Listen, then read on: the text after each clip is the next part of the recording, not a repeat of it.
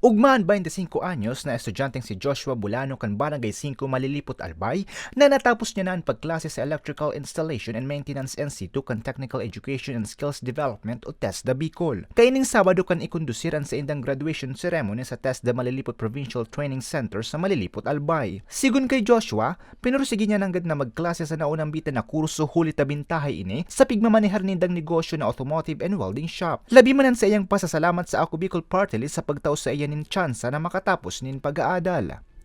Very thankful ako kasi isa ako sa napakaraming estudyante na nabigyan ng oportunidad para bigyan ng scholar ng Ako Bicol Party List, lalo na ng Ako Bicol Party List at PTC Malilipot.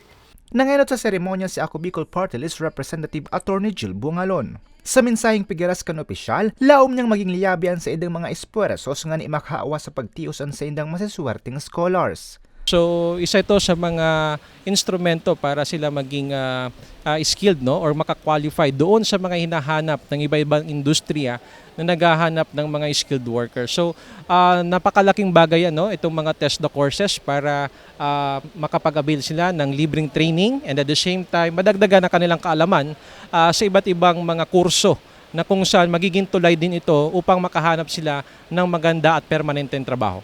24 scholars kan partido ang panibagong nakatapos sa Bread and Pastry Production NC2, 24 sa Cookery NC2, asin 24 man sa Electrical Installation and Maintenance NC2. Parte ang inisyatibong ini sa Training for Work Scholarship Program kan Ako Bicol Party List. Our commitment is to always put sufficient funding. Dito naman sa TESDA, marami naman ng kurso dito, no? Yan, nandyan yung Training for Work Scholarship Program, itong STEP, ito pong Special Training for Employment Program na kung saan after the training ay makakatanggap yung ating pong mga trainees ng mga toolkits, no? Because after this, on their own, they can put up their own business and at the same time, they can use the toolkits, no, kung sila po ay kukunin yung mga serbisyo nila.